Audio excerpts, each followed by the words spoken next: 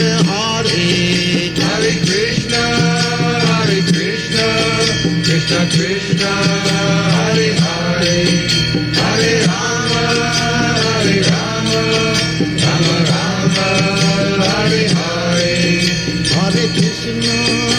Hare Krishna, Krishna Krishna, Hare Hare, Hare Rama, Rama Rama, Hare Hare. Hare Krishna, Krishna Krishna, Hare Hare, Hare Rama,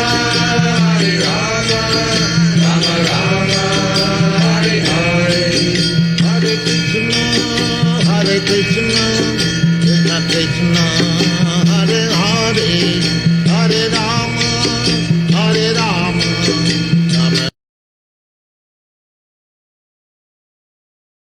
Om Namo Bhagavate Vasudevaya. Om Namo Bhagavate Vasudevaya. Om Namo Bhagavate Vasudevaya. Narayanam Namaskritya Naram Chaiva Narottamam Devim Saraswati Vyasam Tato Jayamudirayet.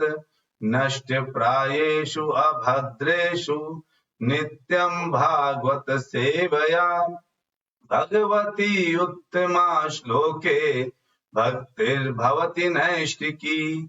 Om Ajnanitimmirandhasya Jnana Jana Shalakaya Chakshunmilitam Yena Tasmai Shri Guruve Namaha. Shri Chaitanya Manobhishtam Sthapitam Yena Bhutale Swayam Rupa Kada Mahyam Dadati Swapadantikam. Vandeham Shri Guru Shri Yutapadi Shri Gurun Vaishnavascha Shri Rupam Sagar Jatam Sahagad Raghunatanitam Tam Sajivan Sadvaitam Savadhutam Parjana Sahitam Krishna Chaitanya Devam Shri Radha Krishna Padan Sahagad Lalita Shri Vishakhanitanscha. हे कृष्ण करुणा सिंधु दीन बंधु जगतपते गोपेश गोपिका कांता राधा कांत नमोस्तुते तप्त कांचन गौरांगी राधे वृंदावनेश्वरी वृषभानुसुते देवी प्रणमामि हरि प्रिये वाञ्छाकल्पतरुभ्यश्च कृपा सिन्धुभ्यैव च पतितानां पावनेभ्यो वैष्णवेभ्यो नमो नमः। जय श्री कृष्ण चैतन्य प्रभो नित्यानंदा श्री अद्वैत गदाधर शिवास आदि गौर भक्तवृंदा। हरे कृष्णा कृष्णा कृष्णा हरे हरे, हरे राम राम राम हरे हरे। हरे कृष्णा कृष्णा कृष्णा हरे हरे, हरे राम राम राम हरे हरे। हरे कृष्णा कृष्णा कृष्णा हरे हरे, हरे राम राम राम हरे हरे। हरे कृष्णा। आप सभी प्यारे प्यारे भक्तों का नित्य भागवत कथा में बहुत बहुत स्वागत है। कल से हमारा कार्तिक मास शुरू हो रहा है, तो सब उसके लिए तैयार हैं। कल के दिन हम लोग एक महत्वपूर्ण कथा रखेंगे कार्तिक मास के ऊपर। और ये जो कार्तिक का महीना है ना, ये ऐसा महीना है जो कह सकते हैं कि कल हम बताएंगे इसके बारे में कल पूरी इसके विषय में कथा होगी और बहुत उत्तम कथा का विचार करा जाएगा। आप लोग उस कथा को जो है जरूर सुनिएगा, लोगों को बताइएगा। क्यों? क्योंकि जो कार्तिक मास है ना, इसमें क्या क्या नियम पालन करने चाहिए, हमें कैसे रहना चाहिए, क्या करना चाहिए क्या नहीं करना चाहिए, सब कुछ हम कल बताने वाले हैं। और कितना महत्वपूर्ण है और क्या क्या, और हम लोग डेली क्या करेंगे आगे एक महीने तक, ये भी बताएंगे। ठीक है, तो कल के विषय में ये करेगा। बाकी रही बात आज की, आज का टॉपिक क्या है? हम सबके पिता कौन है? जब हम बात करते हैं हम सबके पिता, इसका मतलब क्या हुआ? हमारे पिता के पिता, जो भी जीव जंतु हम देख रहे हैं दुनिया में, उन सबके पिता। ये सब जितने भी आप देख रहे हैं दुनिया में, उन सबके पिता कौन है, इसकी जानकारी हम आज सुनने वाले हैं, है ना। और ये कौन बता रहे हैं? कोई ऐसे साधारण व्यक्ति नहीं बता रहे हैं, ब्रह्मा जी नारद जी को बता रहे हैं, है ना। जब ब्रह्मा जी नारद जी को कोई चीज बताएंगे तो झूठ मूठ तो बताएंगे नहीं कि बेटा देखो तुमको झूठ मूठ बता देते हैं, वो सच में बताते हैं, ठीक है। तो हम लोग उस विषय को थोड़ा सा जानकारी करेंगे। और जो है तो अच्छा, चेतन आप लर्निंग दामोदराष्टकम है, अगर आप दामोदराष्टकम लर्न कर रहे हैं तो ये बहुत ही अच्छी बात है ना। तो आप जो है धीरे धीरे ऐसी रहिए, क्योंकि दामोदराष्टकम क्या होगा, हमको जो है ये नित्य प्रति हम दामोदराष्टकम को हम लोग पढ़ा करेंगे डेली, ठीक है। तो चलिए आते हैं। तो आज का श्लोक है 2.10.35, ठीक है। 2.10.35 क्या है? ये 2.10.37 से 40, ये एक साथ सारे श्लोक हैं। इसको जो है ये थोड़ा बड़ा श्लोक है, बड़ा है ये थोड़ा सा, ठीक है। इसमें 4 श्लोक हैं, चारों श्लोक आते हैं और उन चारों श्लोकों को हम लोग इसका मतलब के साथ देखेंगे। क्या कहते हैं? प्रजापतीन् मनून् देवांशीन् पितृगणान् पृथक् सिद्धचारण गंधर्वान् विद्याधरासुर गुह्यकान् किन्नराप्सरसो नागान् सर्पान् किं पुरुषानरान् मातरक्षः पिशाचाश्च प्रेतभूत विनायकान् कूष्माण्डोन्मादवेतालान् यातुधानान् गृहानपि खगान् मृगान् पशून् वृक्षान् गिरीनृपसरीसृपान् त्रिविधाश्च चतुर्विधा येने जलस्थल नभोकसः कुशला मिश्राः कर्मणां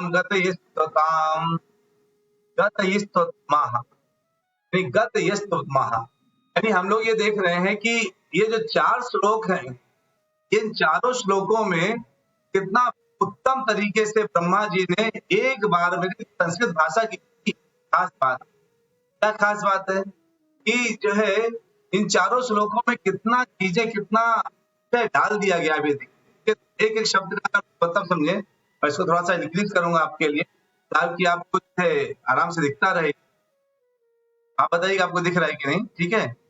प्रजापतीन, ब्रह्मा तथा उनके पुत्र, मनून मतलब वैवस्वत के समय समय पर होने वाले प्रधान, देवान तथा इंद्र चंद्र तथा वरुण, ऋषीन यथा प्रभु तथा वशिष्ठ, पितृगणान पितरलोक के निवासी, पृथक अलग से, सिद्ध लोक के वासी, चारण लोक के वासी, गंधर्वान गंधर्व लोक के प्राणी, विद्याधर लोक के वासी, असुर नास्तिक लोग, गुह्यकान यक्ष लोक के वासी, किन्नर लोक के वासी। सोचिए ब्रह्मा जी ने 4 श्लोक में किनके नाम डाल दिए। देखिए इनसे परे कुछ भी नहीं है, इसलिए आप ध्यान से देखिए इनको।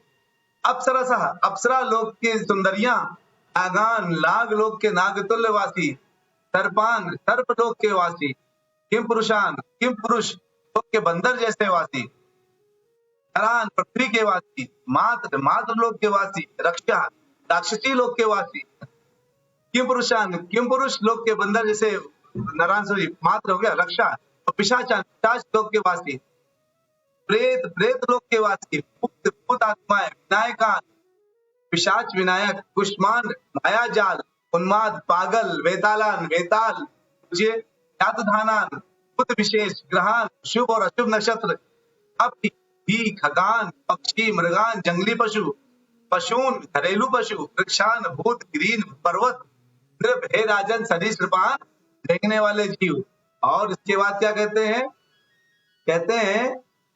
द्विविधा मतलब जड़ तथा चेतन प्राणी, चतुर्विधा भ्रूण अंड स्वेदज बीज के उत्पन्न 4 प्रकार के प्राणी, अन्य समस्त जल पानी, थल भूमि, नभ ओकस पक्षी, कुशल सुखी, यानी अगर कोई पक्षी का संस्कृत नाम क्या है, नभ ओकसा। कुशल मतलब सुखी, अकुशला दुखी, मिश्रा मतलब सुखी और दुखी। कर्मणाम अपने पूर्व कर्मों के अनुसार गतया गति फल, तो लेकिन इमा ये सब कौन है? ये सब भगवान के द्वारा जन्म पाए हैं, यानी सबके पिता भगवान। इसका अगर हम लोग थोड़ा पूरा मतलब पढ़ लेते हैं, मतलब क्या है इसका? हे राजन, मुझसे ये जान लो कि सभी जीवात्माएं अपने विपत कर्मों के अनुसार परमेश्वर द्वारा उत्पन्न किए जाते हैं। और कहते हैं इसमें ब्रह्मा तथा उनके दक्ष जैसे पुत्र भी हैं, वैवस्वत मनु जैसे सामयिक प्रधान, इंद्र चंद्र वरुण जैसे देवता हैं, है ना। सभी जीवात्माएं कौन है? परमेश्वर द्वारा ही उत्पन्न है ना।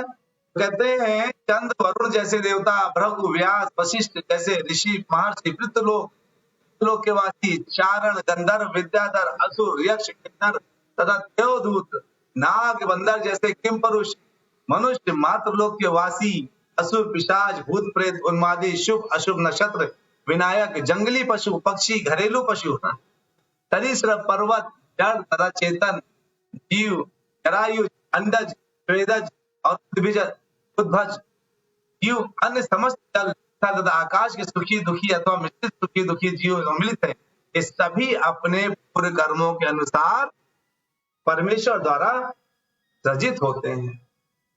अब समझ आया?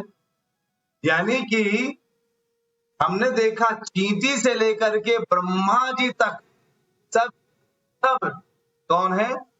सब के सब भगवान द्वारा जन्म पाते हैं, भगवान द्वारा। यानी अगर भगवान द्वारा ही उत्पन्न है सब ये श्रेणियां, सबके सब भगवान द्वारा उत्पन्न है, इसका तात्पर्य क्या है? इसका तात्पर्य है कि इनमें से लेकर के कोई भी व्यक्ति पूर्ण रूप से भगवान से स्वतंत्र नहीं है। वो अपने आप को भगवान से स्वतंत्र मान सकता है, लेकिन भगवान से स्वतंत्र वो है नहीं। अगर भगवान से स्वतंत्र होता तो क्या होता? वो भी भगवान हो जाता भगवान के कंपटीशन में खड़ा हो जाता। देखिए भगवान भगवान है, ठीक है। यानी कई लोग कहते हैं कि हम जो है मैं भगवान हूं। अच्छा तुम भगवान हो, तुम कर क्या सकते हो? मैं कुछ नहीं कर सकता पर मैं भगवान हूं। अच्छा तो भगवान की चिन्ह है क्या आपके पास?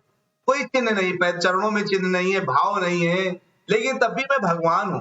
अच्छा तो क्या आप भगवान से स्वतंत्र है? जो व्यक्ति भगवान से स्वतंत्र है केवल वही भगवान बन सकता है, लेकिन चींटी से लेकर के ब्रह्मा तक कोई भी व्यक्ति भगवान से स्वतंत्र नहीं है। आहा, अगर कोई व्यक्ति ऐसा नहीं है जिस भगवान से उत्पन्न नहीं हुआ, इसका मतलब है कि भगवान स्वतंत्र है और जो जीव भगवान द्वारा आया है वो परतंत्र है। आपका जो पुत्र है वो अगर आप उसको पैसे नहीं देंगे तो वो खाना नहीं खा पाएगा।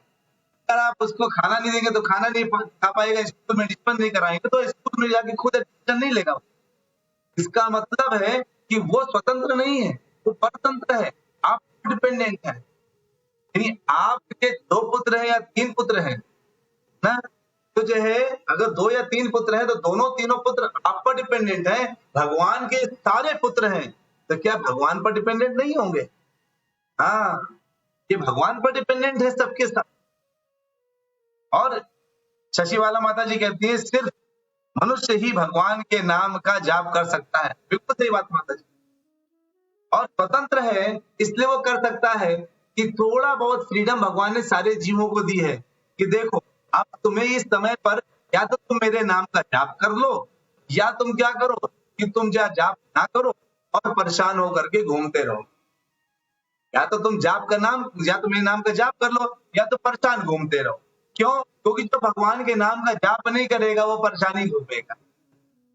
तो स्वतंत्रता का उपयोग हमने किस में किया है? अपने आत्मिक आनंद के लिए किया है कि भगवान के आनंद के लिए किया है? भगवान के सुख के लिए किया है। अगर हम भगवान के सुख के लिए कार्य करेंगे तो क्या होगा?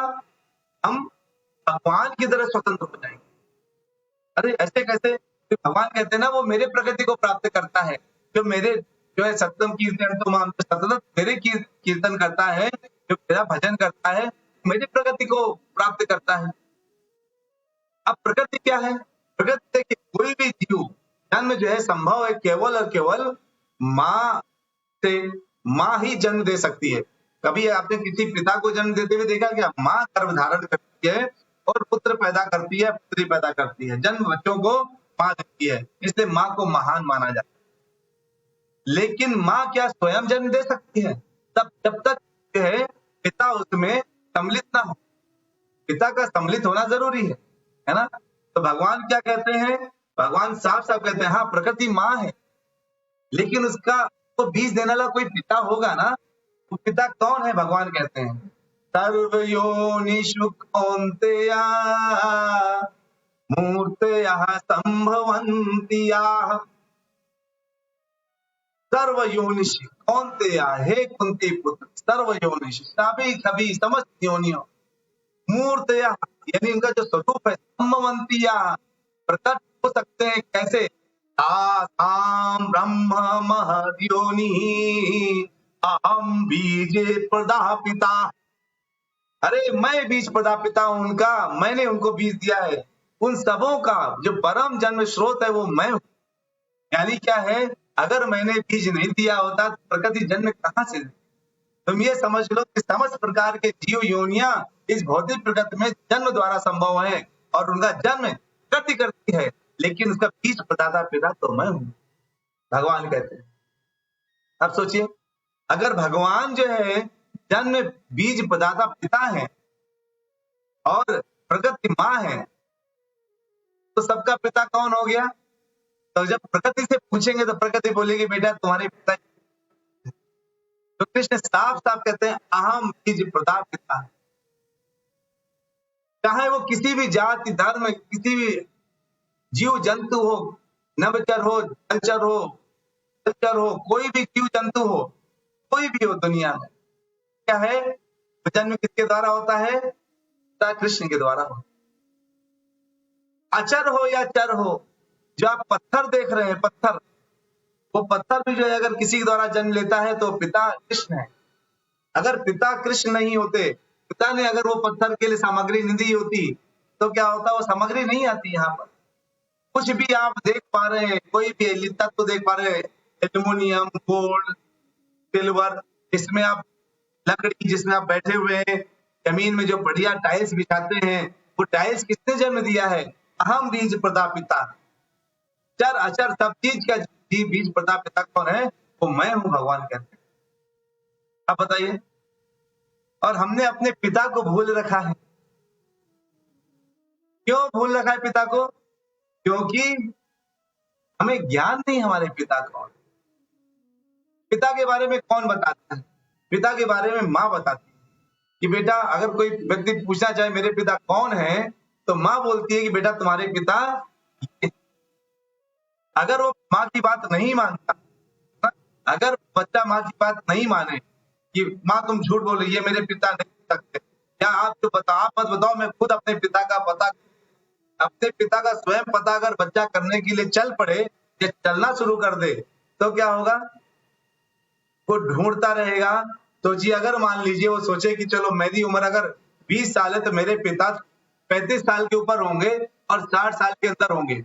अब पूरे विश्व में अगर वो कैलकुलेट करना शुरू करे, सबका डीएनए टेस्ट करवाए, तो उसको कई जन्म लेने पड़ेंगे केवल अपने पिता के बारे में जानने के लिए, भौतिक पिता के बारे में जानने के लिए। तो आध्यात्मिक पिता के बारे में तो कोई जान ही नहीं सकता, तो उसके लिए एक माँ होनी चाहिए ना। तो माँ कौन है यहाँ पर? माँ गुरु होते हैं। गुरु क्या करते हैं कि गुरु गोविंद के बारे में बताते हैं। गुरु गोविंद खड़े काके लागो पाए, बलिहारी गुरु आपने गोविंद दियो। हे गुरु, आपने मुझे गोविंद के बारे में बताया कि गोविंद ही मेरे पिता, आपने मुझे बताया, इसलिए गुरु आप मेरी माँ है, आप मेरी माँ के समान है। ये शास्त्र माँ है, ये भागवतम जो आप सुन रहे हैं ये माँ है। ये माँ हमें बता रही है हमारा पिता कौन है, और हम अपने पिता से, और हमारा पिता कैसा है?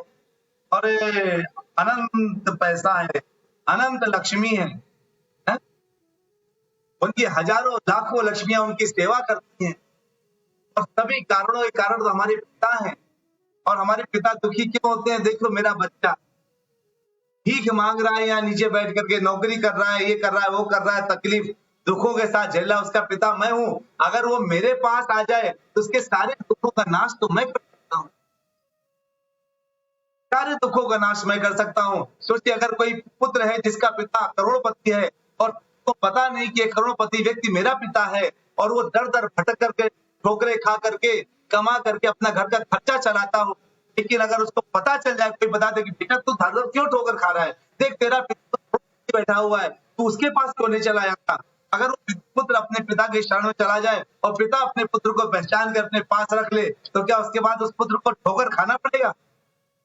नहीं खाना पड़ेगा तो जी माता जी, नहीं खाना पड़ेगा, क्योंकि उसको किसी ने बता दिया ये तुम्हारा पिता है, और वो पुत्र चला गया और उसने शरण पकड़ ली अपने पिता के, पिता है पिता मुझे पता चला है कि आप मेरे पिता हैं, कृपया आप मुझे शरण में लीजिए। और पिता ने क्या किया, उसको अपने गर्दन अपने आलिंगन कर लिया। जिस तरह से भगवान कृष्ण ने सुदामा को आलिंगन कर लिया, जिस तरह से प्रहलाद महाराज भगवान नरसिंह के अपने गोद में जाके बैठ गए थे और नरसिंह भगवान उनको चाट रहे थे, पिता की भांति प्यार कर रहे थे। तो इस तरह से जो है पिता, यानी पिता कौन है? पिता अगर कोई हमें बता दे कि हमारे पिता ये हैं, भगवान कृष्ण हैं, और हम उनके शरण पकड़ लें, तो सर्व दुखा नाम, जितने दुख हैं सबका अंत हो जाएगा, कुछ नहीं बचेगा। तीनों तापों से अंत कराने की क्षमता हमारे पिता रखते हैं। तो कौन है हमारे पिता?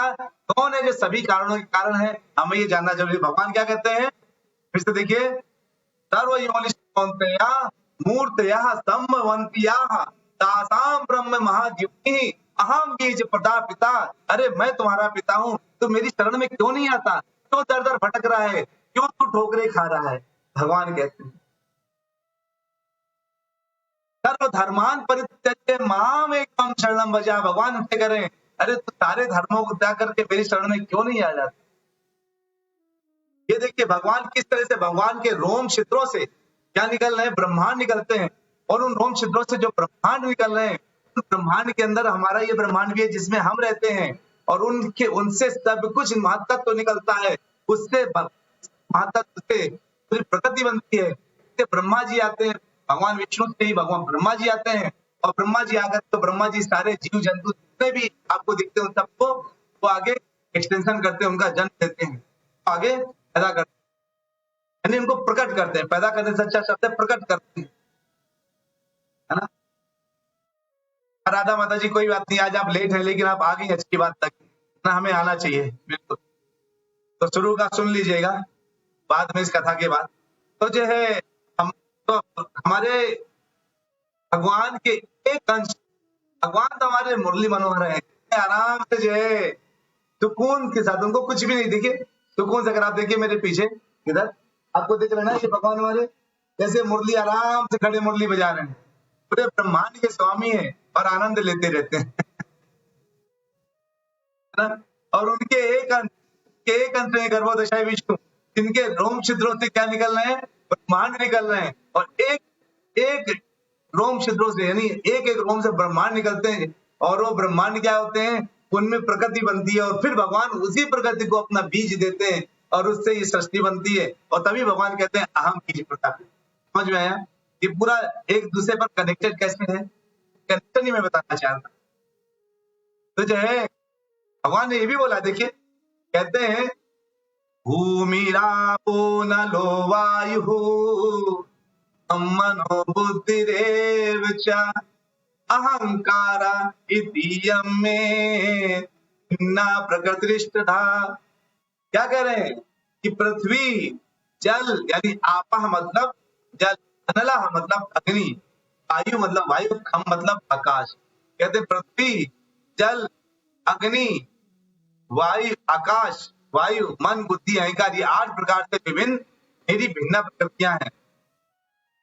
तो जो है शशि वाला माता जी कहती है मुझे तो बाल गोपाल पसंद है। आपके अंदर वात्सल्य भाव है माता जी, इसलिए आपको बाल गोपाल पसंद है। और जो बाल गोपाल पसंद है ना, उसका कारण ये है कि बाल गोपाल आपको पसंद करते हैं अपनी माँ के रूप में, इसलिए आपको वो पसंद आते हैं, वो आपको पसंद करते हैं। आप उनको खिलाती हैं और वो आपके हाथों से खाते हैं। कई लोग कहते हैं भगवान हमें दर्शन नहीं देते हैं। मैं कहता हूँ ऐसा कौन सा दिन है जिस दिन भगवान ने आपको दर्शन नहीं दिए? जब आप अपने मंदिर का पट खोलते होंगे तो भगवान सामने खड़े होकर दर्शन देते होंगे। कभी मंदिर से जाते नहीं है वो बेचारे। अगर आपके घर में और निताई है तो आप देखिए वो ऐसे खड़े होंगे, या तो हाथ ऊपर किए खड़े रहते हैं, या तो नृत्य की मुद्रा में खड़े रहते हैं, लेकिन वो पूरे टाइम हाथ ऊपर किए खड़े रहते हैं, ताकि कभी भी आप देखें तो आपको ये लगे कि हाँ मुझे ऐसे भजन कीर्तन करना चाहिए, है ना। ये सोच लीजिए। तो कहते हैं पृथ्वी जल अग्नि वायु आकाश मन बुद्धि तथा अहंकार, ये क्या है, 8 प्रकार की विभिन्न भिन्ना प्रकृतियां है मेरी, वो है ना। कौन कहते हैं पंचतत्व, तो देखिए फायर अग्नि यानी नभ जल पावक क्षितिज समीरा, है ना। ये पूरा देख रहे हैं आपको, sky water fire earth air, ये जो है कौन है, ये हमारे पंच तत्व हैं। ये पंच तत्व मिल करके क्या बनाते हैं, पंच तत्व। ये पांचों तत्व से हमारा शरीर बनता है, नभ जल पावक क्षितिज समीरा, है ना। इन पंच तत्व से बना शरीरा, ये 5 तत्व से शरीर बनता है। और जब शरीर बन जाता है तो उसमें और क्या आता है, मन बुद्धि अहंकार, मन बुद्धि अहंकार भी उसमें आता है ना। ये मन बुद्धि अहंकार आते हैं और क्या बनते हैं, और उसमें 2 चीजें आ गई, एक मन बुद्धि अहंकार, यानी ये आ गया जो शरीर के अंदर जो भाव पैदा हो रहे हैं वो, और ये हो गया पंच तत्व से ये स्थूल शरीर बन गया, यानी स्थूल शरीर और सूक्ष्म शरीर मिलकर के पूरा शरीर बन गया। तो इस शरीर के अंदर 2 शरीर हैं, एक स्थूल शरीर है, एक सूक्ष्म शरीर है। तो मन बुद्धि अहंकार क्या है, उस सूक्ष्म शरीर का हिस्सा। वो सूक्ष्म शरीर क्या, स्थूल शरीर जल जाता है और वो सूक्ष्म शरीर दूसरे शरीर में जाता है। लेकिन कोई जब भक्त होता है ना, पूर्ण रूप से भक्त, तो वो भक्त जब आता जाता है, और लेकिन आत्मा दोनों में ही है, यानी सबसे पहले स्थूल शरीर, स्थूल के शरीर के अंदर सूक्ष्म शरीर, सूक्ष्म शरीर के अंदर आत्मा। अब जब स्थूल शरीर हटता है तो आत्मा के पास क्या रह गया, सूक्ष्म शरीर रह गया, मन बुद्धि अहंकार, उसको लेकर वो दूसरे जीव के अंदर चला जाता है। जब वो दूसरे जीव के अंदर जाता है तो वहां पे रह जाता है। लेकिन जब ये पूर्ण भक्त बन जाता है कोई व्यक्ति, ये जब ऊपर लोक धाम जाता है ना, ये सूक्ष्म शरीर भी खत्म हो जाता है और केवल आत्मा चली जाती है, समझ आए। आत्मा का अपना स्वरूप है, उस स्वरूप को लेकर के वो जाता है। भगवान अपने सारे पुत्रों को बुलाते हैं, अपने बच्चों को बुलाते हैं, आ जाओ मेरे पास आ जाओ। तो शशिवाला माता जी कह रही कि मरने के बाद 5 तत्व अपनी अपनी जगह चले जाते हैं, बिल्कुल सही बात बोली। ये 5 तत्व है ना, आकाश तत्व आकाश में विलीन हो जाता है, वायु तत्व वायु में चला जाता है, जल तत्व जल में चला जाता है, ऐसे सारे तत्व में मिल जाते हैं और उसी से बनते हैं, उसी में मिल जाते हैं, ऐसा होता है। तो भगवान कौन है, भगवान है जो सभी कारण के कारण है। क्या है, ईश्वर परमः कृष्ण सच्चिदानंद विग्रह अनादिरादिर गोविंद सर्व कारण कारणम। भगवान कृष्ण परम ईश्वर है और सच्चिदानंद है, वो सभी कारणों कारण है। जो सभी कारणों कारण वो कौन होते हैं, वो परम पिता होते हैं। और परम पिता परमात्मा कौन है, भगवान कृष्ण। क्या अगर भगवान बोलते हैं कि अहम बीज प्रदा पिता, का मतलब क्या है, भगवान है, तभी वो बोल रहे हैं। हमें क्या पता चला आज के दिन, हमारे सबके परम पिता कौन है, परम पिता है भगवान कृष्ण, यानी मेरे पिता, ब्रह्मा जी के पिता, मेरे पिता के पिता, सारे देवताओं के पिता, जितने भी आप देख रहे हैं सुर असुर नाग, सबके पिता, चर अचर सबके पिता कौन है, हमारे भगवान कृष्ण हैं। उनकी शरण में जाने से क्या मिलता है, केवल सुख ही सुख मिलता है। और सुखी भी है लोग और दुखी भी है, तो सुख और दुख दोनों सब चीज के पिता कौन है, भगवान। तो जिससे से दुख खुद आता है वैसे ही सुख भी खुद ही आता है। हमें सुख के लिए बहुत प्रयास नहीं करते। भगवान कहते हैं अरे इतना मूढ़ व्यक्ति इतना मेहनत कर, तू केवल मेरी शरण में रहे तो तुझे सब कुछ देने की क्षमता रखता हूँ, सब कुछ, लेकिन पूर्ण भरोसे के साथ चलना पड़ेगा, है ना। हम पूर्ण भरोसे के साथ रहेंगे तब जाकर के ऐसा होगा कि भगवान हमें पूर्ण संतुष्टि पूर्ण सुख देंगे। ठीक है, वांछा कल्पतरुभ्यश्च कृपा सिंधुभ्यैव च कृतानाम पावनेभ्यो वैष्णवेभ्यो नमो नमः। नीलम माता जी कह रही कार्तिक माह में क्या नहीं खाना चाहिए। कल के दिन कार्तिक माह पर पूरा आधे घंटे की चर्चा होगी, आधे घंटे से 40 मिनट की चर्चा कार्तिक मास पर होगी। तो कल सुबह 9:30 से 10 बजे के बीच में पूरा पता चलने वाला है कार्तिक महीने के विषय में। इससे कल के लिए पूरा, तो कल आपको पूरी जानकारी होगी माता जी, क्या खाना है, क्या नहीं खाना चाहिए और कैसे रहना चाहिए, किसकी सेवा ज्यादा करनी चाहिए, किसकी सेवा नहीं करनी चाहिए, इस सब के विषय में कल के दिन हमें पता चलेगा। ठीक है माता जी, तो मैं कल के लिए नीलम माता जी डाल दूं इस चीज को, अगर आपका आदेश हो तो। जय माता जी। तो जो है चेतनापुर करे उड़द दाल, बिल्कुल सही बात, उड़द दाल तो खानी नहीं चाहिए। और जो है आप उसमें और लिख सकते हैं, तो बाकी सब लोग अपना वो लिख सकते हैं कि जो है क्या क्या करना चाहिए, क्या क्या नहीं करना चाहिए। ठीक है, चलिए तो हरे कृष्ण मंत्र करते हैं। हरे कृष्णा कृष्णा कृष्णा हरे हरे, हरे रामा राम राम हरे हरे, हरि बोल। चलिए सभी लोग मिलते हैं कल के दिन बड़ी स्पेशल कथा में, कार्तिक मास की कथा।